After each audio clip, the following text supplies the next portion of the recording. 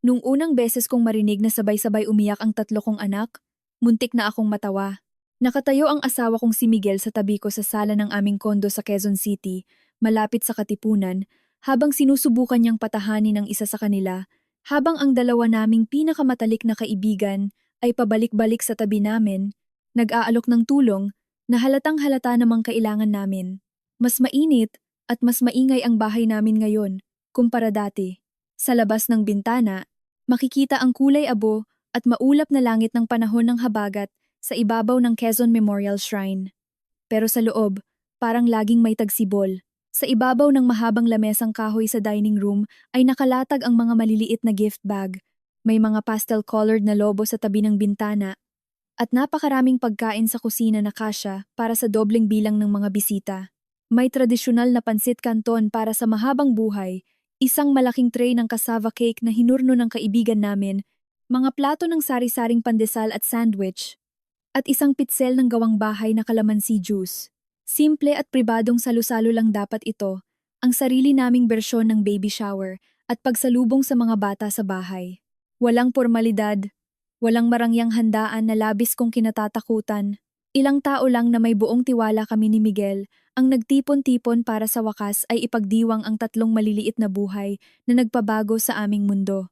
Nakaupo ako sa malambot na abong sofa habang yakap-yakap ang isa sa mga sanggol sa aking dibdib nang lumapit si Miguel at mahinang nagtanong. Ayos ka lang ba, Ali? Noong una, tumango lang ako. Pagkatapos ay napatingin ako sa maliit na kamay na nakakapit sa aking hintuturo. Sa hindi malamang dahilan, ang simpleng tanawing iyon ang bumasag sa aking tatag. Hindi ang mga magagandang dekorasyon, hindi ang mga bati ng mga kaibigan, o ang katotohanang sa wakas ay magkakasama na kami sa bahay, kundi ang maliit na kamay na iyon na ayaw bumitaw sa akin. Parang may bumara sa aking lalamunan bago ko pa ito mapigilan. Napuno ng luha ang aking mga mata. Napansin agad ito ni Miguel. Umupo siya sa tabi ko at bahagyang lumubog ang sofa sa bigat niya. Hinawakan niya ang aking kamay gamit ang kanyang malaki at mainit na palad. Anong problema, mahal ko? Bulong niya habang dinidikit ang kanyang labi sa aking noo. Tumingin ako sa paligid ng silid, sa mga taong nakangiti sa amin habang humihigop ng kanilang tsaa, at pagkatapos ay sa tatlong makabagong Moses basket na yari sa ratan na nakahanay sa tabi ng sofa. Ligtas na sila. Mahina kong sinabi na nanginginig ang boses. Hindi agad sumagot si Miguel. Hindi niya kailangan. Alam na alam niya kung ano ang tinutukoy ko.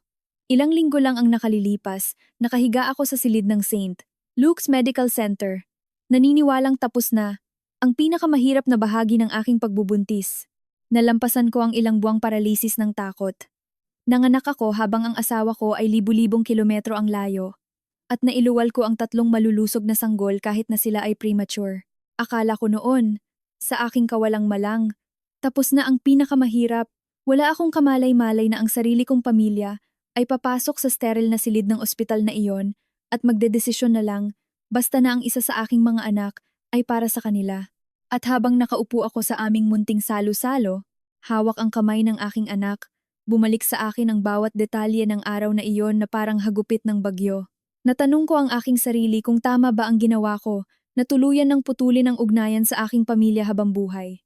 Sa kulturang Pilipino, kung saan ang pamilya ang pinakamahalaga at ang dugo ay mas matimbang sa tubig, may karapatan ba akong gumawa ng ganoong marahas na desisyon? Bago mangyari ang lahat ng ito, ang buhay namin ni Miguel ay tahimik sa pinakamagandang paraan. Ako si Alisa Santos, Cruz ang aking pagkadalaga. 33 taong gulang na ako. At kami ni Miguel ay nakapagtayo ng isang komportable at ligtas na buhay sa Quezon City. 6 na taon na kaming kasal. At pagkatapos ng lahat ng nangyari, na-realize ko kung gaano ako kaswerte na nakapag-asawa ng isang taong hindi kailanman itinuring ang pagmamahal bilang isang bagay na kailangan kong pagtrabahuhan, paghirapan sa pamamagitan ng pagsunod o pagtugon sa mga inaasahan. Nawalan si Miguel ng mga magulang sa isang trahedyang aksidente sa sasakyan sa Marilake Highway, ilang taon na ang nakakaraan. Ang biglaan nilang pagkamatay ay nagbago sa kanya ng malalim. Naging mas maalaga siya sa mga taong mahal niya. Ngunit sa pag-aalagang iyon ay hindi siya kailanman naging mapangkontrol. Siya yung uri ng asawa na nakakapansin na pagod ako, bago ko pa man ito aminin sa aking sarili. at naaalala ang maliliit na bagay na nabanggit ko lang ng minsanan, na ako mismo ay nakalimutan ko na. Tulos ng gusto ko na may eksaktong isang hiwa lang ng kalamansi sa aking tsaa, hindi dalawa. Ang sarili kong pamilya sa aking kinalakhang bahay ay ibang-iba talaga. Ang aking ama na si Esteban Cruz ay laging ang sentro kung saan ang lahat ay kailangang umangkop. Siya ang ehemplo ng tradisyonal na patriarkang Pilipino, isang padre de pamilya na may kamay na bakal. Kung maganda ang mood ng aking ama, masaya ang tanghalian ng pamilya tuwing linggo. Pero kung umuwi siyang galit mula sa trabaho o may hindi sumang-ayon sa kanya, lahat kami sa lamesa ay nagiging maingat sa aming mga salita at ang katahimikan ay nagiging mabigat at nakakasuffocate. Ang aking ina na si Luz ay bihirang sumalungat sa kanya. Maraming taon siyang nagtiis para mapanatili ang peking kapayapaan sa aking ama, kaya sa huli, ang pagsang-ayon na lang sa lahat ng desisyon nito ang naging mas madali para sa kanya kaysa questionin ito. Palagi niyang sinasabi, Ali, wag mo nang galitin ang tatay mo. Ali, magparaya ka na lang para sa kapayapaan. Dalawa lang kaming magkapatid ako at ang aking nakababatang kapatid na si Eric. Kami ni Eric ay hindi naging malapit sa isa't isa nung lumaki na kami. Laging may dahilan ang mga magulang ko kung bakit si Eric ang nangangailangan ng mas maraming tulong, mas mahabang pasensya o isa pang pagkakataon. Palagi siyang ang kaawang-awang Eric na kailangang tulungan sa kanyang malaking utang sa bangko para sa negosyo o kailangang ihanap ng mas magandang trabaho. Matapos niyang pakasalan si Veronica, lalong lumala ang paboritismo na ito. Desperadong naghangad ng anak sina Eric at Veronica. Maraming taon silang sumubok na maging magulang. Pumunta sila sa iba't ibang fertility clinic sa bansa at maging sa ibang bansa, ngunit walang nangyari. Naawa talaga ako sa kanila. Nakikiramay ako sa kanila mula sa kaibuturan ng aking puso. Kahit anong hindi pagkakaunawaan ang mayroon kami ni Eric, hindi ko kailanman kinatuwaan ang kanilang dusa. Gayunpaman, ang kanilang pakikibaka sa pagkakaroon ng anak ay hindi isang bagay na madalas naming pag-usapan. Pangunahin dahil nagagalit at nagiging agresibo si Veronica sa bawat salita ng pagdamay. Noong panahong iyon, tinanggap ko na ang katotohanan na ang relasyon ko sa aking pamilya ay malamang na mananatiling malamig at may distansya. May sarili kaming kondo ni Miguel, may sariling routine, may mga weekend trip sa Tagaytay o Batangas, at tinigasan ko na ang aking puso na huwag nang umasa na ang aking mga magulang ay biglang magiging mapagmahal at sumusuportang mga tao tulad ng pangarap ko noon. At pagkatapos, nalaman kong buntis ako.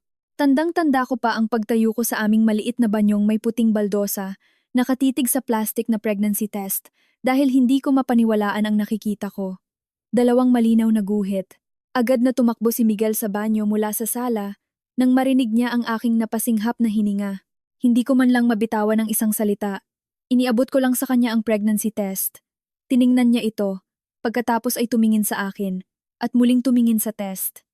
Seryoso ka? Tanong niya na parang napaos ang boses. Nagsimula akong tumawa sa halo-halong tuwa at takot.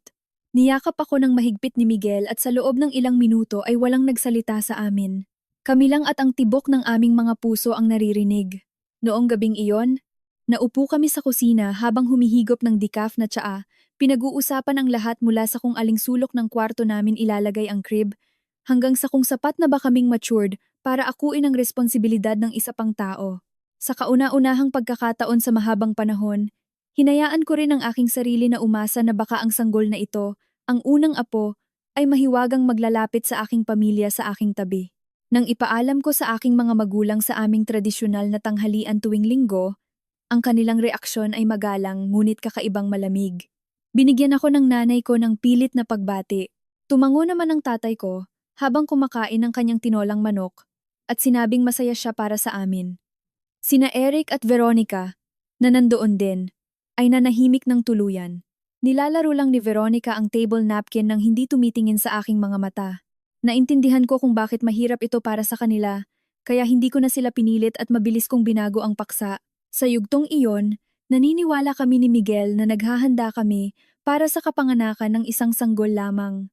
Ilang linggo matapos iyon, pumunta kami sa pribadong klinika ng aking OBGYN para sa isang routine ultrasound, umaasang makakakuha ng magandang balita na maayos ang lahat. Sa halip, napanood ko na lang ang biglang pagtahimik ng doktor at ang kanyang mukha ay nagpakita ng matinding konsentrasyon. Paulit-ulit niyang iginalaw ang ultrasound probe sa aking tiyan. Hinawakan ng mahigpit ni Miguel ang aking kamay. Lumingon ako sa kanya, biglang nakaramdam ng kaba. Pagkatapos ay narinig namin ang isang bagay na hindi namin pinaghandaan at hindi man lang sumagi sa aming pinakamalawak na panaginip. Hindi lang isa ang sanggol doon at hindi lang din dalawa. Nakatitig ako sa monitor ng makina, hindi maintindihan ng mga malabong hugis na nakikita ko. Hawak pa rin ni Miguel ang aking kamay, ngunit ang kanyang kapit ay naging halos masakit na. Natatandaan kong nagtanong ako na nanginginig ang boses. Dok, may mali po ba? Ang sagot na natanggap namin ay nagbura sa bawat planong nagawa namin hanggang sa sandaling iyon. Inaasahan namin ang triplets.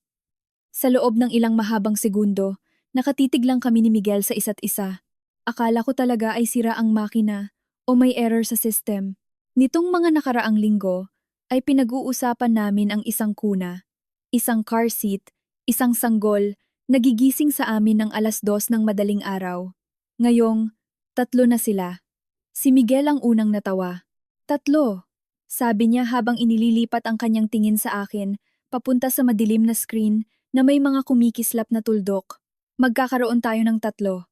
Nagsimula na rin akong tumawa, bahagyang dahil sa histerya, at bahagyang dahil hindi ko alam kung ano pa ang maaari kong gawin sa sitwasyong iyon. Ngunit nang mawala ang unang pagkagulat, ang katotohanan ay humagupit sa amin ng may buong bigat.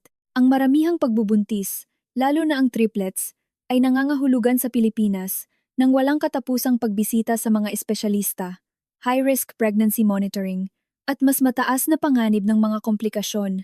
Ang aking pagbubuntis ay nangangailangan ng mas masusing pagsubaybay. Maraming pagsusuri, maraming bawal, at mataas ang posibilidad na ipanganak ang mga sanggol ng maaga bilang mga premature baby. Bigla, bawat linggo, bawat araw, ay naging pakikipaglaban para sa oras. Seryosong hinarap ito ni Miguel simula pa lang sa umpisa. Habang ang aking tiyan ay lumalaki at nagiging mas pabigat, inako niya ang halos lahat ng bagay na nangangailangan ng pagbuhat o matagal na pagtayo. Namamalengke siya sa malapit na wet market. Nagluluto siya kapag sobrang pagod na akong tumayo sa kusina at sinasamahan ako sa bawat appointment sa doktor kahit kailangan pa niyang lumiban sa trabaho. Nagbago rin ang aming tahanan. Sa halip na isang crib, kailangang bumili ng 3. Ang mga kahon ng diaper na may pinakamaliliit na sukat ay nagsimulang mapuno ang mga cabinet sa hallway. Nag-assemble si Miguel ng mga kasangkapan mula sa IKEA sa kwarto na ginagamit namin dati bilang guest room. Habang nakaupo ako sa tapat niya sa isang silya, binabasa ng malakas ang mga tagubilin na ipinipilit niya bilang isang tipikal na lalaking Pilipino na hindi naman niya kailangan. Baligtad ang pagkakalagay mo sa bahaging iyan sabi ko sa kanya, isang hapon habang umiinom ng tubig. Tinitigan niya ang dibuhista ng halos kalahating minuto. Hindi kaya, mali lang ang pagbasa mo. Pagkatapos ay tiningnan niya muli ang manual, bumuntong hininga ng mahina, at sinimulang kalasin muli ang muebles. Humalakhak ako ng napakalakas kaya kailangan ko munang pumunta sa banyo. Ang maliliit na pang-araw-araw na sandaling ito ang nakatulong sa akin na mapanatili ang aking katinuan dahil sa ilalim ng aking pananabik ay may nakatagong matinding takot. Bago pa man ako makarating sa huling yugto ng pagbubuntis, pinapagod na ako ng pinakasimpleng mga gawain. Ang pagtulog ay parang isang himala at imposible nang makahanap ng komportableng posisyon. Kahit ang paglalakad mula sa kwarto papuntang kusina ay parang pag-akyat sa bundok pulag. Alam na alam ito ng aking pamilya. Paminsan-mansan ay tumatawag ang aking nanay. Karaniwan ay tuwing linggo pagkatapos ng misa, ngunit wala man lang silang inialok na konkretong tulong ni tatay. Hindi man lang sila nag-alok na magdala ng pagkain o tumulong sa paglilinis. Si Eric ay halos hindi na nagparamdam. Hindi man lang siya nagtanong kahit minsan kung kumusta na ako. Ngunit ang reaksyon ni Veronica ang pinakamahirap intindihin. Tuwing na pag-uusapan ang paksa ng mga bata, nananahimik siya o kaya naman ay nagbibitiw ng mga matatalas na salita. Isang beses, sa isang pilit na tawag sa pamilya na naka-loudspeaker, nabanggit ko na sinusubukan naming malaman ni Miguel kung paano ang logistika ng pagpapakain at pagpapatulog ng 3 sanggol ng sabay. Biglang sumabat si Veronica sa malamig na tono. Ang iba nga naman, nasa kanila na ang lahat, nagrereklamo pa. Matapos ang mga salitang iyon, binalot ng matinding katahimikan ang linya. Alam na alam ko kung ano ang ibig niyang sabihin at kung saan nanggagaling iyon. Gayunpaman, pinalampas ko ito. Paulit-ulit kong ipinaalala sa aking sarili na gumugol sila ni Eric ng maraming taon sa pag-iyak sa sulok, nangarap na magkaroon kahit isang anak lamang. Habang ako ay nabuntis ng 3, ipinaliwanag ko sa aking sarili na ang kanyang komento ay bunsod ng matinding hapis at pakiramdam ng kawalang katarungan, hindi dahil sa simpleng kasamaan lamang. Ngunit hindi ganoon kadaling palampasin ito para kay Miguel. Pagkatapos ng tawag, tumingin siya sa akin ng seryoso at sinabi, Ali, hindi mo kailanman kailangang palaging bigyan ng katwiran ang kanilang nakakalasong pag-uugali dahil lang sa magkadugo kayo. Hindi iyan lisensya para maging bastos. Sinabi ko sa kanya na hindi ito katumbas ng pagsisimula ng gulo sa pamilya. Noong panahong iyon, tapat ko itong pinaniwalaan. At pagkatapos, nang makarating ako sa huling yugto ng aking pagbubuntis, umuwi si Miguel mula sa opisina. Isang gabi na may mukha na agad na nagdulot sa akin ng kaba. Kailangan siya ng kanyang korporasyon sa isang kailangang pandaigdigang pagpupulong ng board sa Dubai at ang oras ng biyaheng ito ay hindi na maaari pang maging mas masama. Hindi man lang niya hinubad ang kanyang Amerikana habang nakatiyak sa may pintuan nang sabihin niya, ayokong pumunta doon, susubukan kong ipakansel ito. Nakaupo ako sa lamesa sa kusina. Hawak ng 2 kamay ko ang aking napakalaki at napakabigat na tiyan. 8 buwan na akong buntis sa triplets at halos bawat hininga ko ay masakit at ang aking likod ay parang nasusunog. Kailan ka kailangang umalis? Tanong ko nang may paghihirap. Sa Huwebes iyon ay sa loob ng 3 araw. Kasalukuyang sumasailalim sa merger ang kanyang kumpanya at ang kanyang presensya sa bagay direktor ng dibisyon ay, ayon sa sinabi sa kanya, talagang kailangan. Ipinaliwanag niya na naroon ang ilang mahahalagang stockholder. Sa normal na sitwasyon, ito ay isang ordinaryong business trip lang, isa sa marami, ngunit walang normal sa aming kasalukuyang sitwasyon. Gaano ka katagal doon? Tanong ko. 2, maximum na 3 araw. Sasakay agad ako sa pabalik na eroplano pagkatapos mapirmahan ang mga dokumento. Hindi ako dadalo sa anumang hapunan. Nakita ko sa kanyang mukha ang matinding labanan sa kanyang sarili. Ilang buwan nang tinatanggihan ni Miguel ang lahat ng imbitasyon sa mga kumperensya para lang manatili sa tabi ko. Sa triplets, pareho naming alam na may malaking panganib na hindi ko maabot ang nakatakdang petsa para sa aking kaisarian section. Pwede kong sabihin sa kanila na hindi ko kaya. Gagawan ko ng paraan. Mag-a-apply ako ng emergency leave. Determinadong sabi niya. Ang isang bahagi ko ay gustong-gusto niyang gawin iyon. Nabitawan ang lahat at manatili sa bahay. Ngunit kilala ko rin siya at alam ko kung gaano kalaking responsibilidad ang dinadala niya upang suportahan kami at magbigay ng pinansyal na proteksyon bago dumating ang 3 bata. Nakaligtas naman tayo hanggang ngayon, sabi ko habang sinusubukang ngumiti. Walang mangyayari sa akin sa loob ng ilang araw. Mag-focus ka sa trabaho at bumalik ka agad, ngunit hindi pa rin kumbinsido si Miguel. Bago umalis patungong NAIA, naghanda si Miguel ng mga supply. Sinuri ang bawat sulok ng kondo, nagluto ng ulam para sa 2 araw, at pinangako ako na hindi ko hahawakan ng walis, hindi magbubuhat ng anumang bagay na mas mabigat sa isang baso ng tsaa, at hindi susubukang maglinis ng mag-isa. Pagkatapos, ay itinatanong niya ang bagay na pareho naming sinusubukang iwasan. Paano ang mga magulang mo? Alam ko kung ano ang ibig niyang sabihin. Kung may mangyaring masama habang nasa eroplano siya o habang nasa Dubai, sila ang aking pinakamalapit na pamilya sa Maynila. Tatawagan ko si nanay, pangako ko. Kinontak ko si Nanay Luz noong gabi ring iyon at ipinaliwanag ko na si Miguel ay aalis para sa isang maikling business trip. Hindi ko hiningi na lumipat siya dito para matulog sa amin. Hindi ko inaasahan na iiwan niya ang lahat at guguluhin ang kanyang buhay para sa akin. Ang tanging hiling ko lang ay panatilihin nilang bukas at malapit sa kanila ang kanilang mga cellphone sa bedside table sakaling kailanganin ko ng mabilis na sakay papuntang ospital. Siyempre, Ali. Naka-on ang mga telepono namin, masigla niyang assure sa akin. Sapat na iyon para gumaan ang aking pakiramdam. Sa maulan at malamig na umaga ng kanyang pag-alis, nakatayo si Miguel sa may pinto, mas matagal na hawak ang hawakan ng kanyang maleta kaysa sa kailangan. Tumawag ka kahit anong oras ng araw o gabi, anuman ang mangyari. Kahit na nakakaramdam ka lang ng kaba, seryoso niyang sinabi. Gagawa ako. Seryoso ako, Alisa, kahit anong oras. Ngumiti ako ng mahina. Sige na, baka matraffic ka pa sa C5 at maiwanan ka ng eroplano. Hinalikan niya ako ng buong giliw. Pagkatapos ay ipinatong ang kanyang malaking palad sa aking matigas na tiyan. Maging mabait kayo riyan. Hanggang sa bumalik si Papa, bulong niya sa mga bata. Natawi ako. Ngunit nang magpasara ang pinto sa likod niya, ang kondo ay tila naging napakatahimik, nakakatakot at banyaga. Lumipas ng payapa ang unang araw nang wala siya. Nanood ako ng TV, nagbasa ng libro, sinubukan kong huwag mapagod. Ang ikalawang araw ay naging maayos din. Palagi kong hawak ang aking telepono.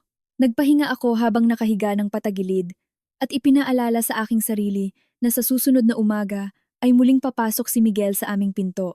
At pagkatapos, hating gabi na, pasado 2:00 ng madaling araw, nagising ako sa matinding sakit. Isang matalas, mapurol na presyon sa aking puson at likod na napakasakit kaya nahirapan akong umupo sa gilid ng kama. Habang naghahabol ng hininga, huminga ako ng malalim. Naghihintay na lumipas ito.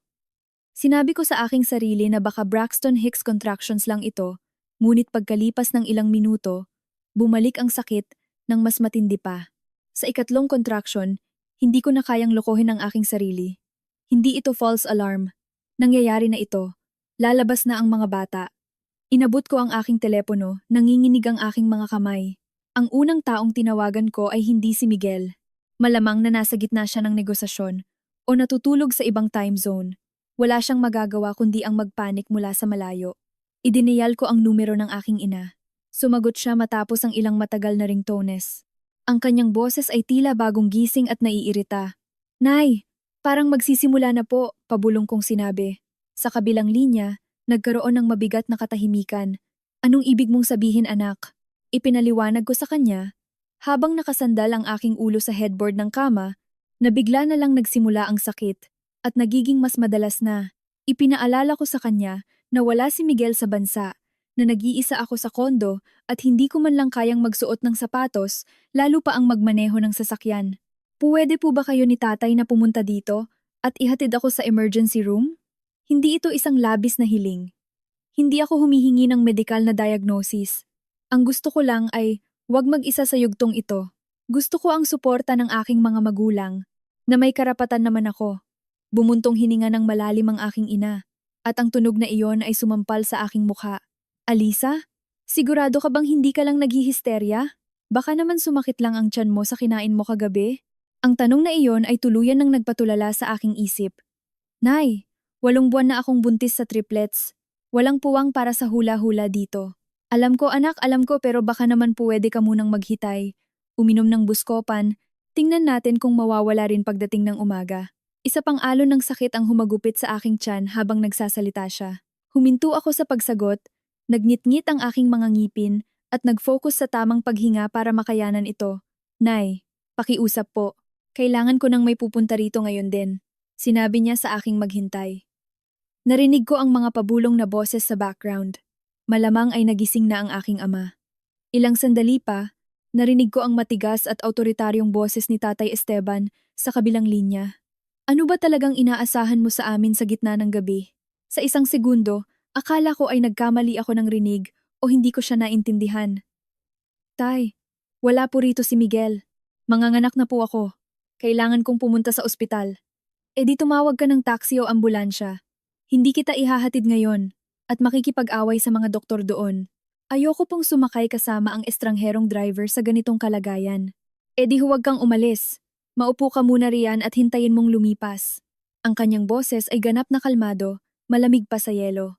At sa hindi malamang dahilan, mas masakit pa iyon kaysa sa mismong sakit ng panganganak. "Puwede po ba alang-alang sa Diyos na pumunta na lang kayo rito para sa anak ninyo?" Sigaw ko habang lumuluha. Sinabi niya sa aking 3:00 na ng madaling araw na kailangan niyang gumising ng maaga bukas. At kung talagang may emergency, sa isang sibilisadong bansa, ay tumatawag ng ambulansya, hindi nang gugulo ng mga matatandang magulang, at pagkatapos, bigla na lang niyang ibinaba ang telepono. Narinig ko ang mabilis na beep na nagpapahiwatig na naputol ang tawag. Naupo ako sa gilid ng kama, nakatitig sa screen ng aking telepono na unti-unting namamatay. Sa loob ng maraming taon, gumagawa ako ng mga dahilan para sa kanila sinasabi sa aking sarili na sadyang ganoon lang ang aking mga magulang, na emotionally detached sila dahil sa generational trauma, na hindi lang nila alam kung paano magpakita ng pagmamahal at hindi patas na asahan silang mag-alaga gaya ng pamilya ni Miguel. Ngunit noong gabing iyon, sa madilim at masakit na sandaling iyon, sa wakas ay naintindihan ko ang pagkakaiba ng pagiging sadyang malamig ang personalidad at ng sadyang pagtanggi na tulungan ang sarili mong anak sa isang sitwasyong nanganganib ang buhay. Isa pang matinding contraction ang nagpabalik sa aking isip sa malupit na realidad at nag-focus sa kung ano ang talagang mahalaga. Idinayal ko ang numero ng emergency hotline.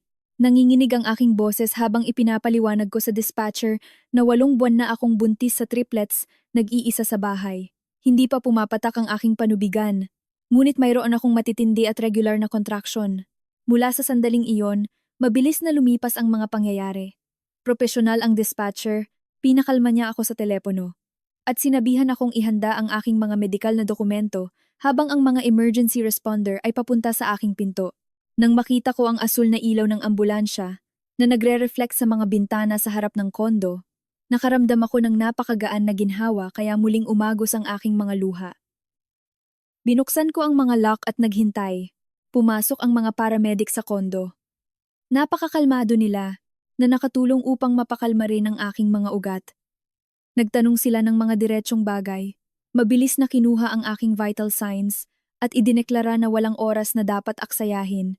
Kailangan na nating pumunta agad sa delivery room. Habang tinutulungan nila akong lumabas ng gusali patungo sa ambulansya, tumingin muli ako, tulad ng isang tanga, sa mga bakanteng parking space sa harap ng aming building.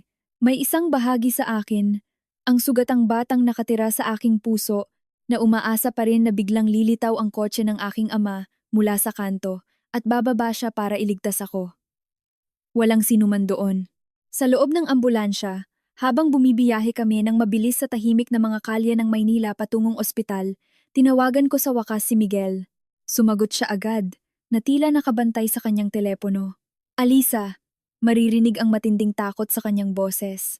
Bago ko pa man kayang magsalita, sinabi ko, nasa ambulansya ako patungong ospital. Diyos ko, anong nangyari? Nagsimula na. Mukhang gusto na ng 3 nating anak na lumabas ngayon. Sa loob ng 1 segundo, hindi nagsalita si Miguel. Narinig ko lang ang kanyang mabilis na paghinga. Pagkatapos ay nagsimula siyang magtanong ng napakabilis at magulo kaya kailangan ko siyang patigilin.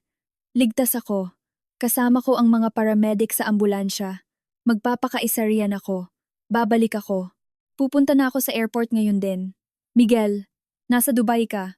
May mga meeting ka. Hindi ka aabot. Wala akong pakialam sa mga meeting na yan. Babalik ako.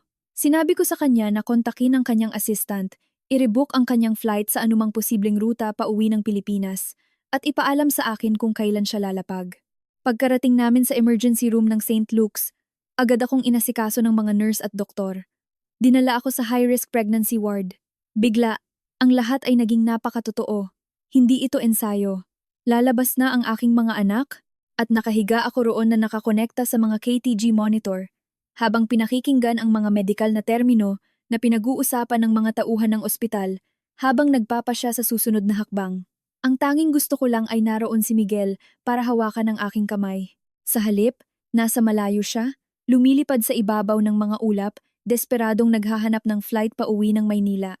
Ngunit sa ilalim ng paralisis ng takot na iyon, may isa pang damdaming nag-aalab. Ang purong galit, alam na alam ng aking mga magulang na nag-iisa ako. Narinig nila akong nagmamakaawa para sa tulong at sadya nilang pinili na manatili sa kanilang maiinit na kama. Hindi ko pa alam noon na ang karuwagang ito ay hindi pa pala ang pinakamasakit na dagok na matatanggap ko mula sa aking pamilya sa linggong ito. Malayo pa iyon sa kung ano ang parating. Nang kumpirmahin sa wakas ng pangkat ng mga doktor na malalim na ang labor ko at lalabas na ang mga sanggol sa loob ng ilang oras, mabilis na umusad ang mga bagay. Dahil triplets ang dala ko at premature sila, imposible ang normal delivery. Agad akong inihanda ng mga doktor para sa isang emergency cesarean section. Takot na takot ako sa ideya ng operasyon at ng anesthesia, ngunit wala na akong oras para mag-isip pa rito. Bago ako dinala sa operating room, muling tumunog ang aking telepono. Si Miguel iyon. Nakarebook na ako. Lilipad ako via Singapore, tapos diretso na ng Maynila. Sabi niya na nanginginig ang boses. Darating ako dyan sa pinakamabilis na paraang posible. Ali, mahal ko, humihingi ako ng tawad na wala ako riyan sa tabi mo. Basta bumalik ka ng ligtas. Utos ko. Sinusubukang maging kalmado kahit nanginginig ang aking buong pagkatao. Kakayanin natin ito. Kailangan natin. Iyon ang bagay na desperado kong pinaniwalaan. Ang mismong operasyon ay naging parang malabong alaala ng mga nakasisilaw na ilaw, mga mahihina at malalamig na utos ng surgeon, ang ugong ng mga aparato, at ang aking sariling pag-iwas sa takot habang sinusubukan kong huminga ayon sa utos ng anesthesiologist sa tabi ng aking ulo. At pagkatapos ay narinig ko ang unang iyak. Isang mahina ngunit matinis na iyak ang bumasag sa malamig na hangin ng operating room. Napigil ko ang aking hininga. Ilang sandali pa, may pangalawang iyak na narinig, at sinundan agad ng pangatlo. Tatlong magkakahiwalay, maliliit, ngunit matatapang na boses. Nagsimula akong umiyak ng walang humpay habang nakahiga sa operating table. Paulit-ulit kong itinatanong ang parehong bagay sa nurse. Ligtas po ba sila?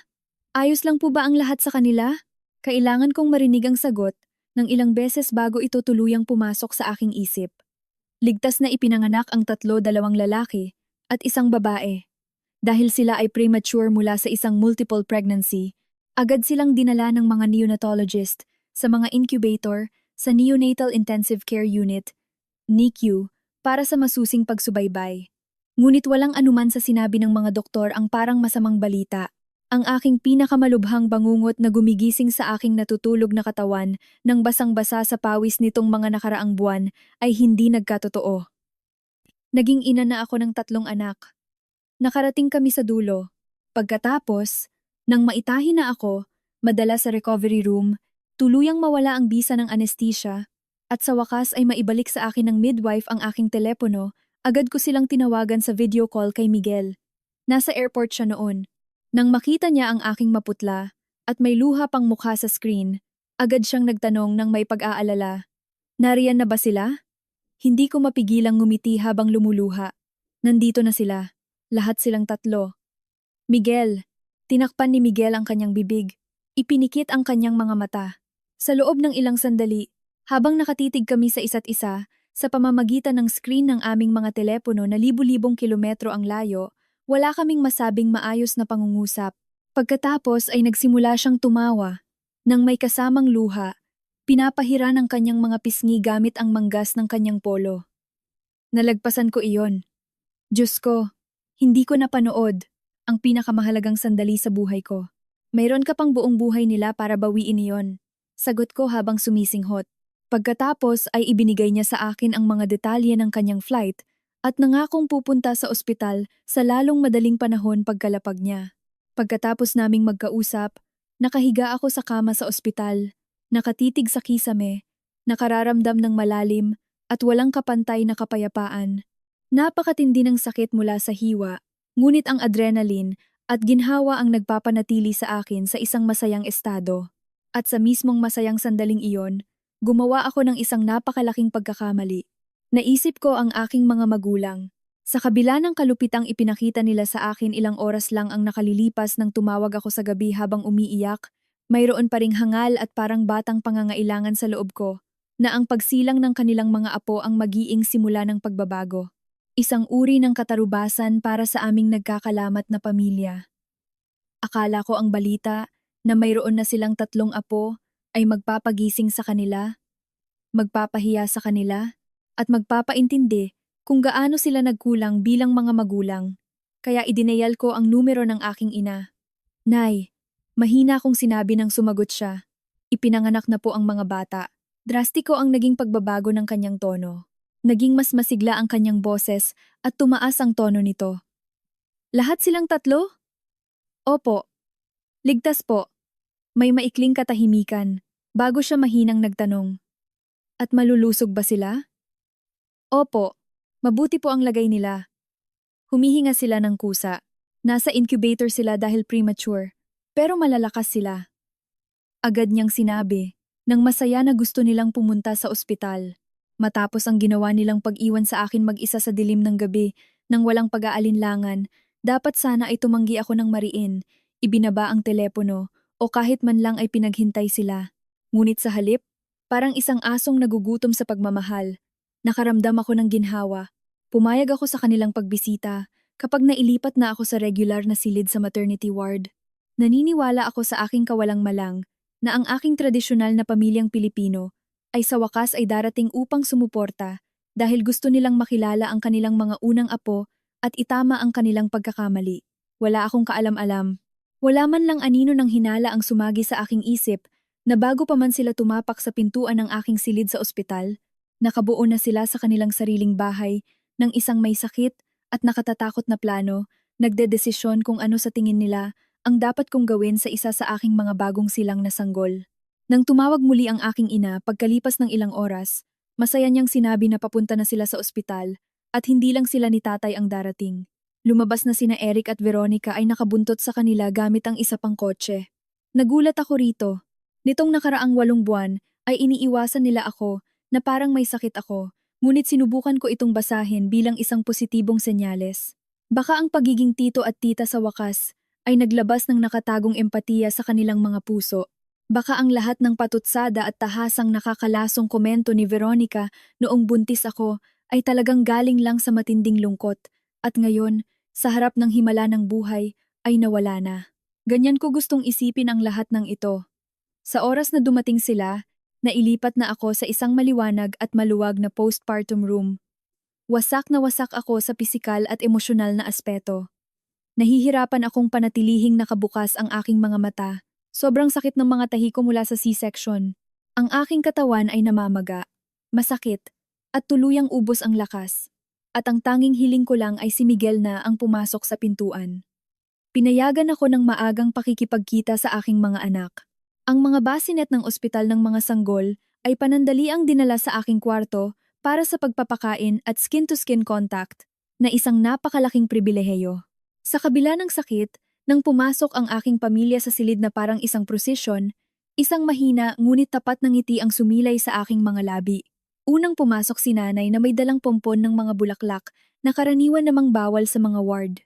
Kasunod niya si tatay na may seryoso at madilim na mukha tulad ng dati, at sa huli ay pumasok sina Eric at Veronica. Sa unang 5 o 10 minuto, ang lahat ay tila normal na normal. Umaakto kami na parang isang tipikal na pamilyang bumibisita sa isang bagong ina. Madaldal si nanay at tinatanong kung paano ko nakayanan ng anesthesia. Tumingin si Eric sa paligid ng malinis na silid, sa 3 basinet, at nagbiro tungkol sa kung gaano ka-abstract tingnan na bigla akong naging ina ng isang buong barkada ng mga sanggol. Si Veronica ay hindi man lang tumitingin sa aking mukha. Ang kanyang tingin ay tila magnetikong nakatutok, halos obsesyon na nga, sa maliliit na sanggol na nakabalot sa mga kumot. Napansin ko ito sa gilid ng aking mga mata, ngunit noong sandaling iyon ay iniugnay ko lang ito sa kanyang matinding pagnanais na maging isang ina. At pagkatapos, bigla na lang tumikhim ang aking ama, naghalukip-kip, at nagtanong sa kanyang tila nagtuturong tono na walang puwang para sa pagtutol. O ngayon, paano mo naman iniisip na mapapalaki ang 3 yan, ha? Naglabas ako ng isang mahina at pagod na tawa, malamang ay dahil sa kakulangan sa tulog. Tay naman, ngunit walang sino man sa silid ang tumawa.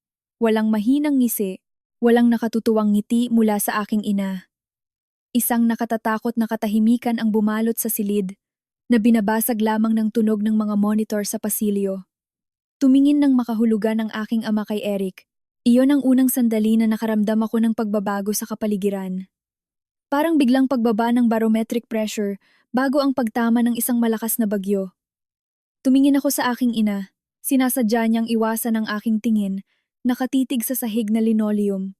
Anong meron? Tanong ko. Nakakaramdam ng tila isang malaking bato na bumibigat sa aking tiyan. Inilapit ni Tatay Esteban ang isang hindi komportabling upuan para sa bisita sa tabi ng aking hospital bed. Alisa, alam nating lahat kung anong hirap ang pinagdaanan ng kapatid mo at ni Veronica. Panimula niya sa seryosong tono. Parang naging buhol-buhol ang aking bituka. Nagsimula nang bumulong ang aking kutob kung saan patungo ang may sakit na panimulang ito ng emosyonal na blackmail. Ngunit ang sunod na binitawang pangungusap ng aking ama ay napaka-imposible at napaka-absurdo kaya sa isang segundo ay naniwala talaga ako na epekto lang ito ng mga gamot sa aking dugo. Mayroon ka ng 3 anak ngayon, pahayag ni Tatay Esteban sa tono na parang pinag-uusapan lang ang pamamahagi ng labis na mangga mula sa aming likod bahay. Ang kapatid mo naman ay wala kahit isa. Sa tingin namin, at napag-usapan na natin ito bilang pamilya, na ito lang ang tanging tama at makakristyanong paraan. Dapat mong ibigay ang isang anak mo kina Eric at Veronica para sila ang magpalaki. Isusuko ninyo ang inyong karapatan at aampunin nila ang bata. Isang maikli at histerikal na tawa ang kumawala sa aking lalamunan. Hindi dahil inakala ko itong isang masamang biro, kundi dahil tumanggi ang aking utak na tanggapin na ang isang may sapat na gulang, ang sarili kong ama, ay nagsasabi nito ng buong seryoso. Ano po? Ano po ang sinabi ninyo? Sa wakas ay tumingin sa akin si Veronica. Sa kanyang mga mata ay may kakaiba, nag-aalab na desperasyon na may halong paghingi ng karapatan. Alisa, makakapagbigay kami ng isang maganda at mapagmahal na tahanan para sa isa sa kanila. Mayroon na silang magandang tahanan. Ang tahanan ko. Asik ko. Sinusubukang umupo nang mas mataas sa aking unan. Sa kabila ng matinding sakit sa aking tahi sa C-section, lumapit sa akin si Eric. Ali, walang nagsasabi rito na magiging masama kang ina. Hindi ganoon yon. Ano ba talagang ibig mong sabihin, Eric? Ano ba itong inaalok ninyo sa akin? Sa halip na sagutin ako, tumingin si Eric sa aking ama nang may pag-asa. Ang nag-iisang duwag na tinging iyon ang nagsabi sa akin ng lahat ng kailangan kong malaman. Ang usapang ito, ang nakatutuwang planong ito, ay hindi bigla ang nabuo sa silid na ito. Pinagplanuhan na nila ito bago pa man sila pumunta rito. Nagkaroon sila ng pulong ng pamilya sa likod ko. Inaako ang karapatang magpasya sa bunga ng aking sinapupunan para lang itama ang kawalang katarungan ng tadhana. Mabilis kong ibinaling ang aking ulo sa aking ina. Nay, alam niyo po ba ito? Kasama po ba kayo sa planong ito? Nag-atubili si Nanay Luz, nanginginig na pinipiga ang strap ng kanyang bag. Ang kanyang pag-aatubili ay mas masakit pa kaysa sa anumang tahasang pag-amin.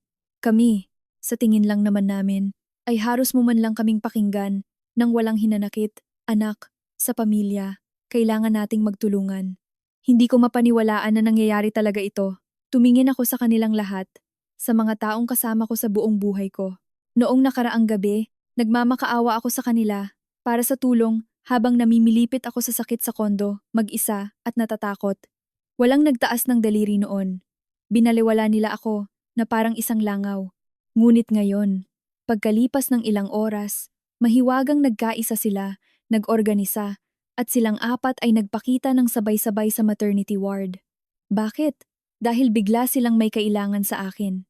Gusto nila ang aking buhay na anak para maging pampalubag loob sa aking kapatid. Hindi! Hinding-hindi! Lumayas kayo rito! Ang aking boses ay umalingaw-ngaw sa mga puting dingding.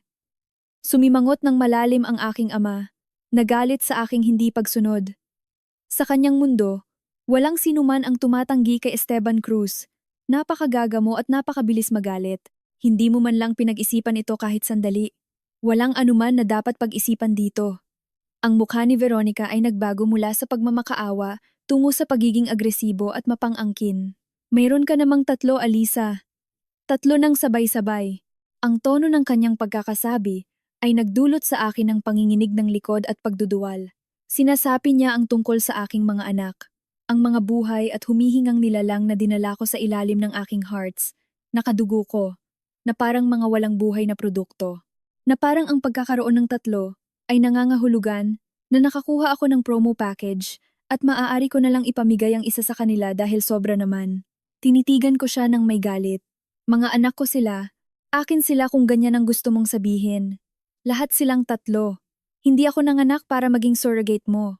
Biglang tumayo si Eric. Itinumba ang upuan na kinauupuan niya ng may malakas na kalabog. Napakawalang puso mong hayop ka. Alam na alam mo kung ano ang pinagdaanan namin ni Veronica.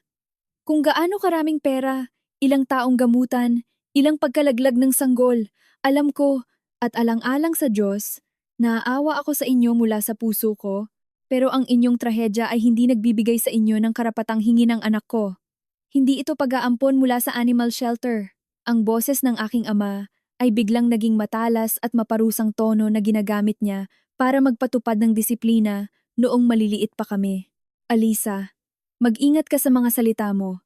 Mag-ingat ka sa kung paano mo kinakausap ang sarili mong kapatid. Umakyat ang lahat ng dugo sa aking mukha.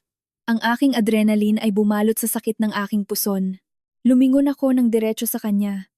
Nakahiga ako rito sa kama ng ospital, nahiwa ang aking tiyan.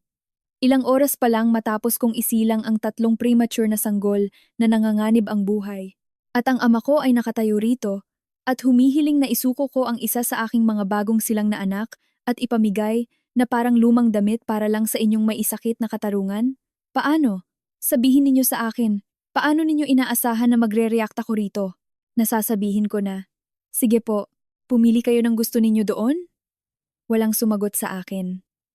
Sa loob ng ilang mahaba at masakit na segundo, binalot ng katahimikan ng kamatayan ang silid ng ospital. Ang tanging naririnig ay ang mahihinang paghinga ng aking mga anak na natutulog sa loob ng kanilang mga transparent na bassinet. Sa wakas, tumayo ang aking ama mula sa kanyang upuan. Dahan-dahan niyang tiningnan ang bawat bassinet at pagkatapos ay ibinaling ang kanyang matigas na tingin sa ako. Napaka makasarili mo talaga. Ganyan ka na simula pa noon. At nagkamali kami ng ina mo sa pagpapalaki sa iyo. Ang salitang makasarili ay tumama sa aking dibdib na parang kamao. Halos mawalan ako ng hininga. Sa buong buhay ko bilang matanda, naririnig ko na ang salitang ito mula sa aking pamilya tuwing nagtatakda ako ng hangganan, tuwing tumatanggi akong magpautang kay Eric na alam ko namang hindi niya babayaran, o tuwing inuuna ko si Miguel at ang aming kasal kaysa sa mga hiling ng aking pamilya. Palagi akong ang makasarili. Ngunit hindi ito usapin ng pera.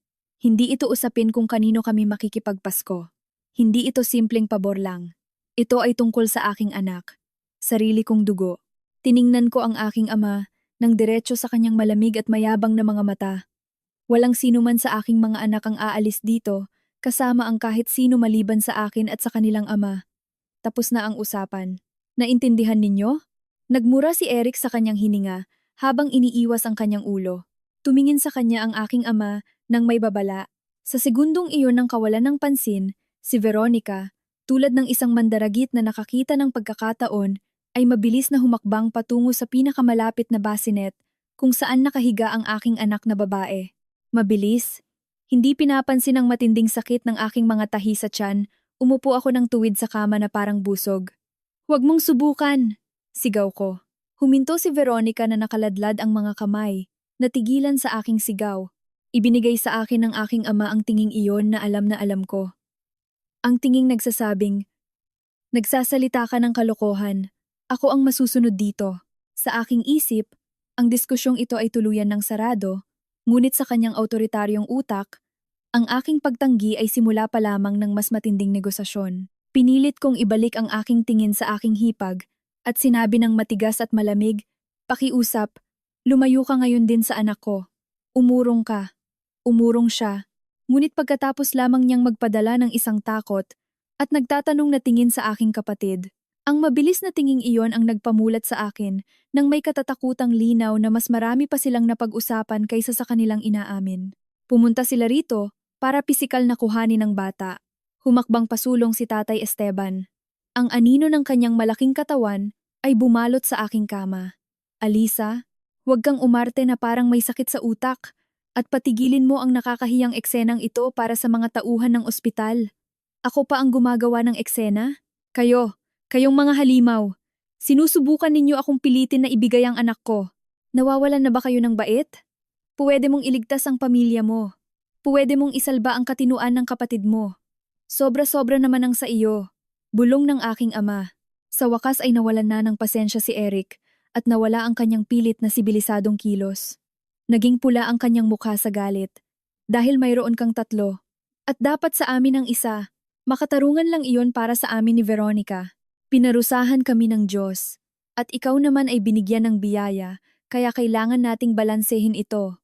Alam mong hindi na kailanman mabubuntis si Veronica. Tiningnan ko siya nang may awa na may halong matinding diring-diri. Eric, totoong nasasaktan ako para sa inyo. Totoo iyon. Pero hindi mo gagamutin ang sakit ng puso mo sa pamamagitan ng pagpunta sa ospital matapos magpa-C-section ng sarili mong kapatid at pagpili na parang nasa palengke lang kung aling sanggol ang kukunin mo. Ang aking ina, ang dakilang tagapamayapa, ay sa wakas ay humakbang pasulong, Ikinakaway ang kanyang mga kamay na parang pakpak ng ibon. Diyos ko, pakiusap naman. Ibaba natin ang ating mga boses. Kailangan nating lahat na kumalma ngayon. Pag-usapan natin ito ng maayos. Ibininaling ko sa kanya ang aking tingin na puno ng galit. Di palayasin mo sila. Lumayas kayong lahat ngayon din. Tatawag ako ng nurse. Siyempre, hindi niya ginawa iyon. Si Nanay Luz ay hindi kailanman sasalungat sa kanyang asawa. Sa halip, nanahimik siya at umurong. Sa katahimikang iyon, si Tatay Esteban, ang aking ama, ay muling tumitig sa isa sa mga basinet at sa kanyang mukha ay lumitaw ang matigas at determinadong ekspresyon na palaging nangangahulugan na gumawa na siya ng pangwakas na desisyon. Ang sinabi niya pagkalipas ng ilang sandali ay nagpabago sa sitwasyon mula sa isang masamang biro tungo sa isang brutal na gawa ng terorismo. Baka dahil sa mga hormona mo ngayon ay hindi mo ito maintindihan, Alisa. Pero darating ang araw na magpapasalamat ka rin sa akin. Maiintindihan mo na ito ang pinakamabuti para sa ating lahat. Ito ang magliligtas sa ating pamilya. Habang sinasabi ito, mabilis siya lumapit sa basinet kung saan nakahiga ang aking panganay na lalaki at yumuko.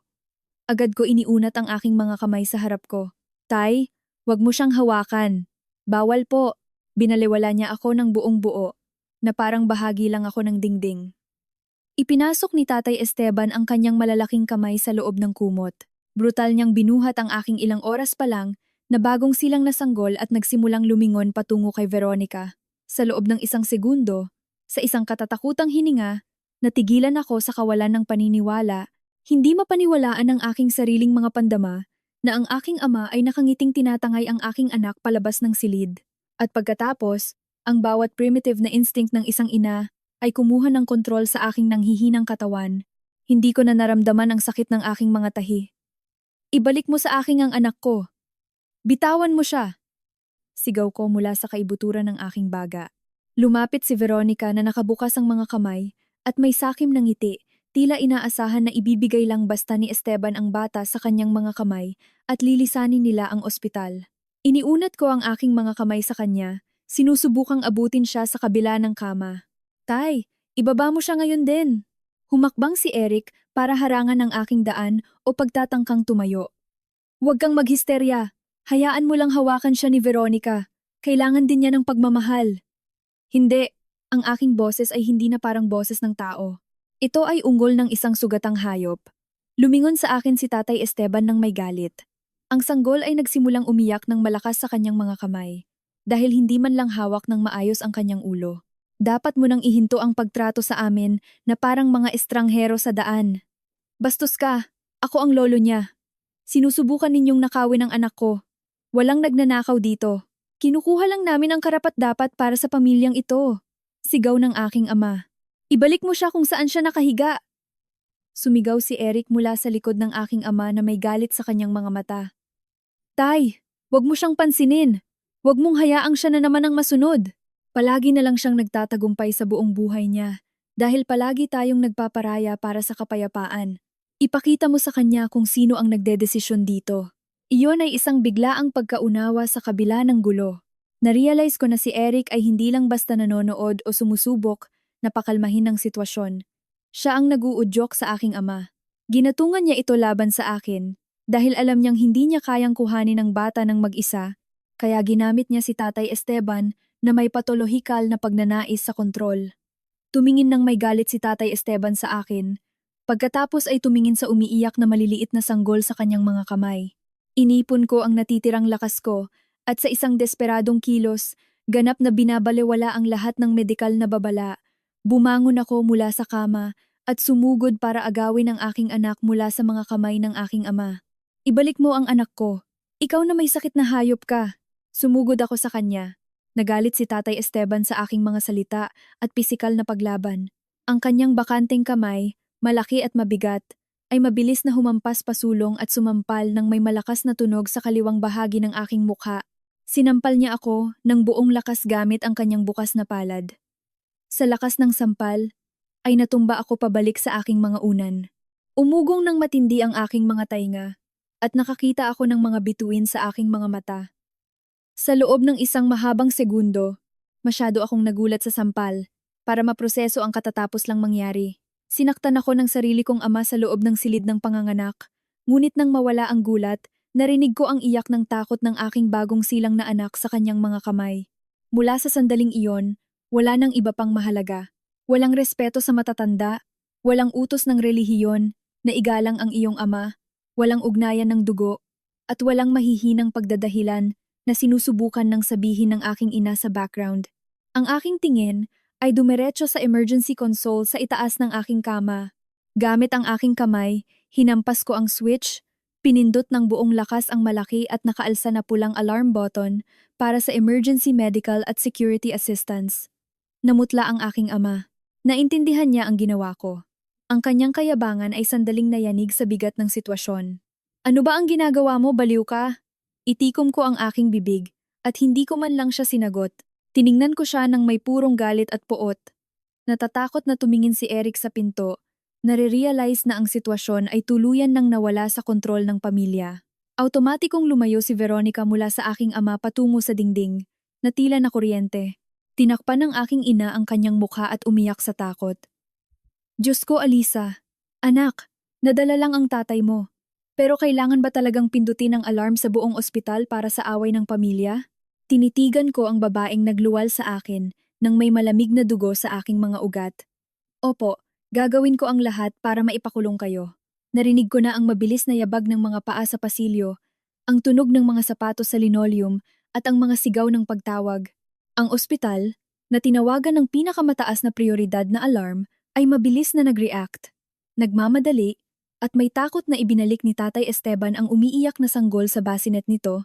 Eksakto sa kung saan inilagay ng mga nurse ang aking mga anak, 20 minuto pa lang ang nakalipas. Sumugod si Eric patungo sa pinto, tulad ng isang duwag na daga na tumatakas mula sa lumulubog na barko. Eric, manatili ka riyan! Huwag kang aalis! Asiko. Ganap niya akong binaliwala.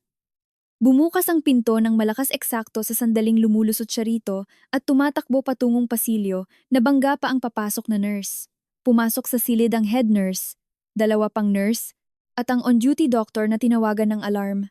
Agad na nagsimulang magsalita nang sabay-sabay ang aking pamilya, sumisigaw para gumawa ng sarili nilang kwento. Sinubukan ng aking ama na umarte na parang isang kalmado at nag-aalalang lolo.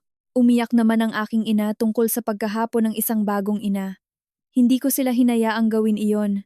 Bago pa man sila makapagsinungaling sa mga doktor, iniunat ko ang aking nanginginig na kamay at itinuro ng buong lakas ang mga bassinet ng aking mga anak.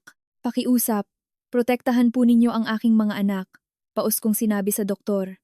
At pagkatapos ay tumingin ako ng diretso sa mga mata ng duty nurse, na ang mukha ay natigilan sa gulat nang makita ang pulang bakas ng malaking kamay na namumula sa aking pisngi. Ang lalaking iyon, ang ama ko, ay gustong puwersahang kuhanin ang anak kong lalaki palabas ng silid laban sa aking kagustuhan, at nang subukan ko siyang pigilan, sinampal niya ako sa mukha. Hinihiling ko na tawagan ng security at ang pulisya ngayon din. Ang atmosfera sa malinis at maliwanag na silid ay nagbago sa isang segundo. Walang sinuman doon ang nagtrato sa pananakit sa isang pasyenteng kapapanganak pa lang bilang isang biro.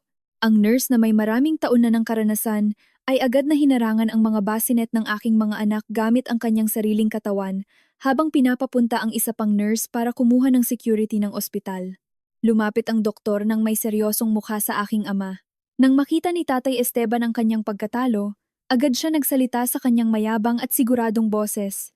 Dok, mga kasama, galing kami sa isang kagalang-galang na pamilya.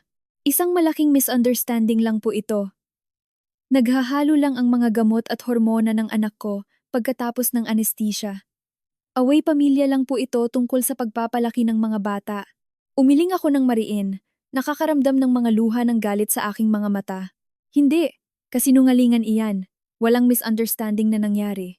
Pumunta siya rito para nakawin ang anak ko. Sa loob ng maraming taon ay nagtiis ako. Para sa kabutihan ng pamilya, pinapalampas ko ang lahat. Para sa kapayapaan sa lamesa, itinago ko ang kanilang kamandag, ang ibig sabihing pagiging makasarili, ang nakadidiring paboritismo kay Eric. Ngunit noong hapong iyon, sa kauna-unahang pagkakataon sa aking higit 30 taon na buhay, hindi ko na palalampasin ang kanilang ginawa o pagtatakpan ng kanilang krimen para lang protektahan ang bulok na institusyong tinatawag na Pamilyang Cruz mula sa mga legal na kahihinatnan. Sa ingay na naririnig sa labas ng aking pinto sa pasilyo, sa lalong madaling panahon ay mararanasan nila sa kanilang sariling balat na ang pagkakaroon ng parehong DNA ay hindi nagbibigay sa kanila ng proteksyon o mahiwagang karapatan na makaligtas sa pananakit sa loob ng isang maternity ward. Lumipas ang wala pang 2 minuto bago pumasok sa pinto ang 2 malalaking lalaki mula sa security agency ng ospital na may suot na fluorescent vest. Ang isa sa kanila, mas matangkad at malapad ang balikat, ay agad na hinarangan ng aking ama sa sulok sa tabi ng bintana. Sinabihan siyang tumahimik at ilagay ang kanyang mga kamay sa likod. Ang isa pang security guard naman ay hinarangan ng aking umiiyak na ina at ang maputlang si Veronica. Seryoso at matigas silang sinabihan na manatili sa kanilang kinalalagyan. Automatikong sumubok na lumaban ang aking ama at ang kanyang mukha ay nagpakita ng kayabangan at galit. Kalokohan ito! Hindi ako kriminal! Ako ang tunay niyang ama at mga apo ko ang mga iyan. Alang-alang sa Diyos, may karapatan akong manatili rito. Bitawan ninyo ako. Tiningnan ko siya mula sa kama nang may malamig na tingin. Ang pagiging sperm donor ko ay hindi nagbubura sa katotohanan na nagtangkakang gumawa ng isang krimen. Umupo ang duty doctor sa upuan na sinubukan ding gamitin ni Tatay Esteban kanina para diktahan ang aking buhay, at malumanay akong hiniling na isalaysay ang eksaktong nangyari. At iyon nga ang ginawa ko. Hakbang-bang, nang may buong katinuan, isinalaysay ko ang katatakutang alok ng aking ama at ang may sakit na determinasyon ni Veronica na kuhanin ang aking anak para maging kanya, na parang isang bagay na inaampon lang basta. Isinalaysay ko na mariin at paulit-ulit akong tumanggi, na hiniling ko na lumabas sila ng silid, ngunit sa kabila nito ay sadya pa ring binuhat ni Tatay Esteban ang aking bagong silang na anak sa kanyang mga kamay. Nagbabalak na itakas ito at pagkatapos ay brutal niya akong sinampal nang subukan ko siyang pigilan. Nang sabihin ko ang mga salitang tungkol sa pagtatangkang nakawin ang bagong silang na sanggol, sumabat si Veronica mula sa likod ng security guard sa tila pagtanggi sa katotohanan. Nababaliw ka na ba? Sinong matino ang magpaplano ng ganyan? Gusto ko lang namang makita kung paano hawakan ang munting mahal na ito. Inikot ko ang aking ulo. Binigyan siya ng tinging napakatatalas, kaya napaatras siya. Kung simpleng pagnanais lang iyan na makita ang pamangkin mo, sabihin mo nga sa akin kung bakit hindi mo tinanggap ang hindi ko? Nang sumigaw ako at nakiusap na lumayo ka agad sa bassinet, at nagpadala ka pa ng maisakit ng ngiti kay Eric para magsimula ng aksyon? Bumuka ang kanyang bibig, ngunit walang tunog na lumabas dito. Hindi siya nakaisip ng mabilis at maayos na kasinungalingan para ipaliwanag ang kanyang bahagi. Ang aking ina naman ay nakaupo lang sa upuan sa sulok, umiiyak ng malakas habang binubulong ang mga dahilan para sa agresyon ng aking ama, na wala nang gustong makinig. Ang aking ama naman ay patuloy na sinasabi sa mga security na ang buong usaping ito ay isang nakakahiyang misunderstanding lamang na dulot ng postpartum depression ng pasyente. Ngunit sa kanyang walang katapusang kayabangan, tila nakalimutan niya na sa kauna-unahang pagkakataon sa kanyang buhay, may mga taong walang kinikilingan sa loob ng silid na hindi natatakot sa kanya. Walang pakialam ang mga security, nurse, at doktor sa katotohanang si Esteban Cruz ay nakasanayan ng magpatupad ng ganap na pagsunod mula sa kanyang asawa at mga anak sa loob ng 30 taon. Para sa kanila, ang mahalaga lang ay ang mga layuning katotohanan. Isang galit at mapang-angking lalaki, ang pasa na nagsisimula ng mamaga sa pisngi ng isang bagong inang kamay ng C-section, at ang mga umiiyak na sanggol na nanganganib lumamig sa labas ng incubator. Ang head nurse ay tahimik na tumawag sa pulisya sa pamamagitan ng central line ng ospital. Nang dumating ang 2 pulis mula sa Quezon City Police District, pagkalipas ng ilang sandali, nagsimula muli ang proseso. Sa kabila ng panginginig ng aking mga kamay sa matinding pagod, inulit ko ang lahat ng aking pahayag. Ang mga nurse at ang doktor ay nagpatotoo sa kalagayan ng silid nang pasukin nila ito pagkatapos kong pindutin ang alarm button sa dingding. Policjanci pilnie spisali każdą notatkę do raportu wstępnego. Maingat na isinulat ng pulis ang bawat detalye para sa paunang ulat. Pagkatapos, ang isa sa mga pulis, isang matangkad na opisyal na may hawak na folder, ay nagtanong tungkol sa aking kapatid. Saan po nagpunta ang nabanggit ninyong si Eric Cruz? Nasa silid na ito siya kanina. Nagpaplano ng buong pagtakas at nagtuturo sa aking ama. Sagot ko ng may diin. Nakakaramdam ng malaking ginhawa na nangyayari na ito. Pero tumakbo siya agad. Tinulak pa ang mga tauhan sa pinto. Sa mismong segundong pinindot ko ang pulang alarm button sa dingding.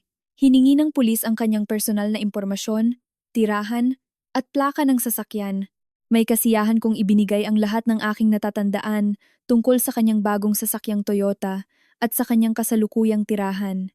Kahit na ang aking katawan ay sumisigaw na para sa tulog at gamot sa sakit, at pakiramdam ko ay maaari akong mawalan ng malay sa anumang sandali, hindi ako umurong kahit isang pulgada.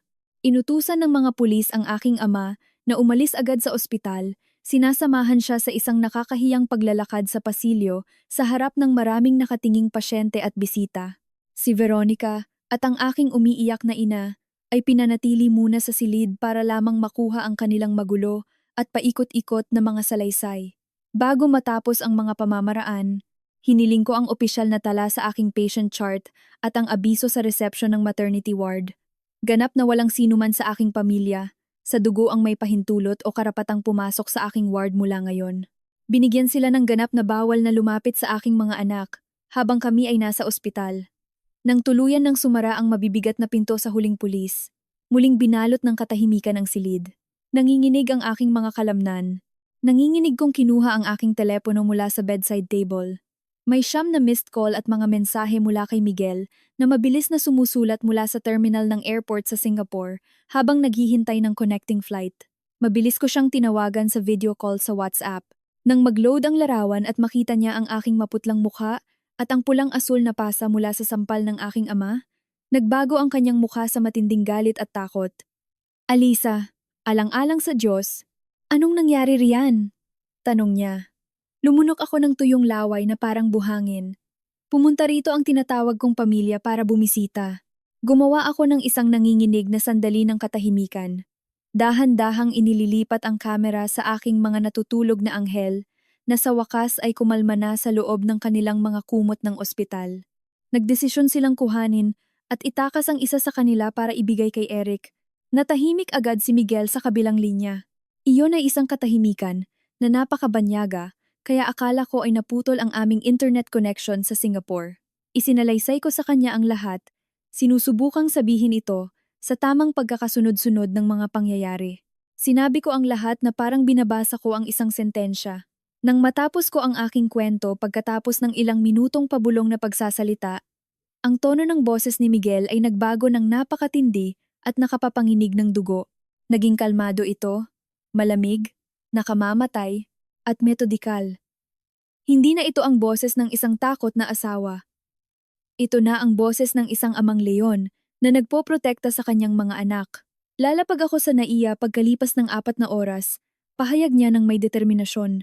At mula sa segundong ito hanggang sa aking kamatayan, walang sino man sa mga basurang iyon ang makalalapit sa loob ng 1 kilometro mula sa iyo, sa aming bahay, o sa ating mga anak. Malinaw ba? Iyon ang unang sandali na nakahinga ako ng maluwag matapos sirain ng aking pamilya ang aking karapatan bilang isang ina. Habang hinahanap pa ng pulisya si Eric, hindi na iyon ang aking problema. Nang dumating si Miguel noong gabing iyon sakay ng taxi diretso mula sa airport at pumasok sa aking pribadong silid na ibinigay ng doktor pagkatapos ng lahat ng nangyari, noong una ay wala siyang sinabi kahit isang salita. Lumapit siya sa akin na may seryosong mukha. Niyakap niya ang aking nanghihinang katawan nang napakadahan-dahan para hindi masaktan ang aking tahi mula sa C-section at pagkatapos ay tumitig siya sa 3 bassinet sa loob ng mahabang panahon na tila walang katapusan sa aking puso. Iniwan kitang mag-isa. Dapat ay hinawakan ko ang kamay mo. Iniwan ko na dapat ang trabahong iyon at nanatili sa tabi mo sa bawat hakbang, bulong niya. Maririnig sa kanyang boses ang matinding paninisi sa sarili. Hinila ko ang kanyang polo na gusot na mula sa mahabang flight mula sa Dubai. Hindi, wag mong sisihin ang sarili mo. Kahit kailan, sa pinakamalubhang panaginip ng isang praning, hindi mo ito maaasahan sa anumang universo.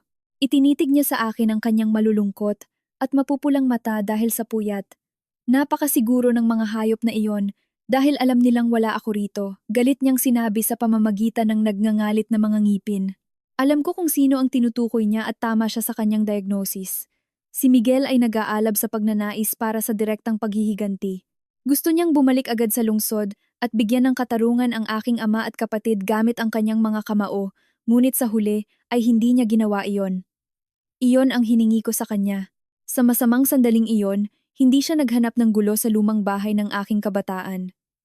Sa halip na mag-asal na tagapaghiganti sa kalye, ibinaling niya ang lahat ng galit na iyon sa pagiging aking proteksyon sa aspetong logistikal at legal. Pinalampas niya ako nang walang hirap sa pinakamalalang burokrasya ng hustisya sa bansa. Pumunta kami sa mga abogado, nakipagtulungan sa mga investigador ng pulisya. Naroroon kami sa bawat hiling ng piskal para sa paglilinaw ng nangyari sa ward. Sama-sama kaming nagsumite ng mga hiling sa pamunuan ng ospital, sinisiguro na ang mga kuha mula sa CCTV ng ospital at ang medikal na ulat ng aking pasa sa mukha ay maayos na nailagay sa mga dokumento ng kaso. Ilang beses kong isinalaysay ang katotohanan, tuyo, diretsahan, at masakit. Sinabi ko ang lahat sa piskalya hanggang sa huling detalye. Eksakto sa kung paano ko ito naalala sa gabing iyon. Hindi ko ito pinalabis o dinagdagan ng drama. Lumabas din naman sa takbo ng mga pangyayari na ang naging desisyon ng duwag na si Eric na tumakbo sa pasilyo tulad ng isang magnanakaw ay hindi nakutungong sa kanya para makaligtas sa batas. Hinuli ng mga pulis ang kanyang sasakyan habang sinusubukan niyang lumabas ng lungsod patungo sa timog bago pa man siya makatakas sa batas. Ngunit bago pa man magsimula ang paglilitis, dumating ang pinakamahalagang araw ang paglabas sa ospital. Nang matapos ang ilang linggo sa NICU at sinabi sa wakas ng mga doktor na maayos ang lagay ng 3 kong anak at maaari na silang umuwi, umiyak ako sa ginhawa. Sa aming pag-uwi, kasama namin si Miguel sa taxi, tahimik na nakatitig sa 3 maliit na car seat sa likod ng sasakyan. Sa kauna-unahang gabing iyon, habang tinitingnan ko ang aking mga natutulog na sanggol sa tabi ng mga kasangkapan sa sala at mga kabinet na puno ng mga regalo, naintindihan ko nang may ganap na kasiguraduhan na para sa lahat ng aking pagod at takot, dumating ang pinakamagandang gantimpala ng Diyos sa anyo ng buhay. Nalampasan namin ang pinakamahirap, ngunit pagkatapos ay bumalik ang realidad. Ang mga linggo ay naging buwan, at ang aming kaso ay natigil sa mabagal na sistema ng hustisya. Ang totoong buhay sa Pilipinas ay hindi parang pelikula sa Amerika, kung saan natatapos ang mga kaso sa isang paglilitis lang na may masayang pagtatapos. Maraming beses kaming sumailalim sa mga pagtatanong. Maraming apela na isinumite ng abogado ng aking ama, at ang pangangailangang muling balikan ang katatakutang hapon na iyon. Kahit na ito ay nagdudulot sa akin ng panginginig sa stress, tuwing pumapasok ako sa pinto ng korte, laging nasa likod ko si Miguel. Ang kanyang kalmadong presensya at ang kanyang mahigpit na hawak sa aking kamay ay nagbigay sa akin ng lakas na huwag sumuko. Ang paglilitis ay umusad sa sarili nitong mabagal na takbo. Ang pagtatapos ng drama sa aking ama ay dumating matapos ang maraming oras ng pagdinig. Ngunit ang mga ebidensya ay hindi maitatanggi. Ang mga pahayag ng mga tauhan ng ospital, ang mga kuha sa CCTV, at ang medikal na ulat ay sapat na. Si Esteban, ang mapagmataas na patriarkang Pilipino, ay hindi nakaligtas sa hustisya. Nahatulan siya sa pananakit at pagtatangkang kuhanin ang bata, na tuluyan ng sumira sa kanyang reputasyon bilang isang kagalang-galang na tao sa lipunan. Hindi rin nakaligtas si Eric sa pananagutan sa kanyang pakikipagsabwatan sa kabila ng kanyang nakakahiyang pagtakas. Ang aking ina, dahil sa kanyang pananahimik at pagsang-ayon sa kabaliwang ito, ay tuluyan nang nawala sa aking buhay. Si Veronica naman ay binigyan ng korte ng restraining order na nagbabawal sa kanyang lumapit sa aming pamilya.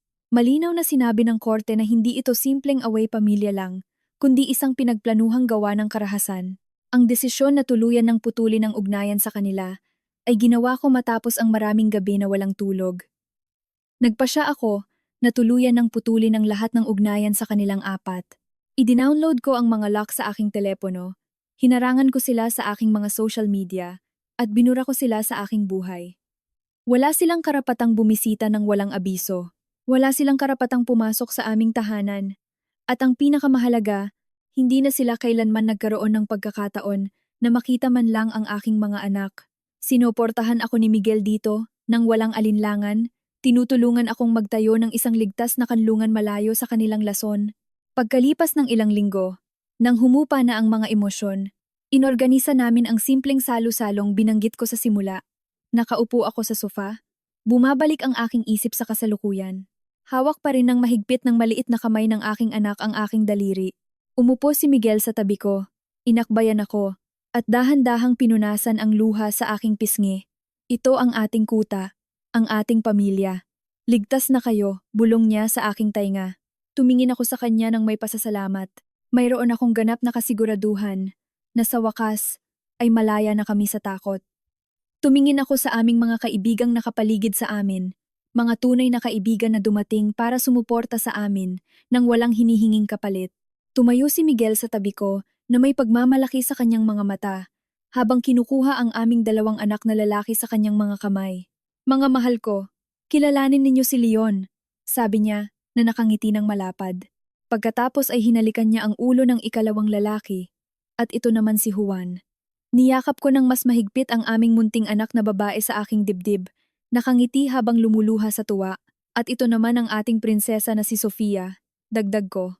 Napuno ang sala ng masasayang palakpakan, mga toast, at tawanan.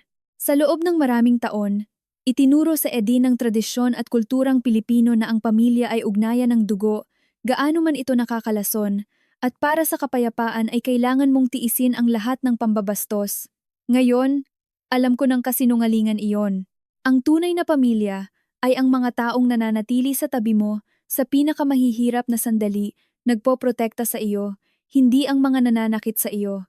Habang tinitingnan ko ang aking tatlong anak na natutulog ng ligtas sa kanilang mga kuna, nakararamdam ako ng napakatinding lakas. Gagawin ko ang lahat para protektahan sila. Hindi ko kailanman hahayaan na maranasan nila ang mga pinagdaanan ko. Sa pamamagitan ng pagputol sa aking mga naging taga-usig, sa wakas ay nakuha ko muli ang aking kalayaan. Nagtayo kami para sa aming mga anak ng isang tunay na tahanan, ang sarili naming tahanan.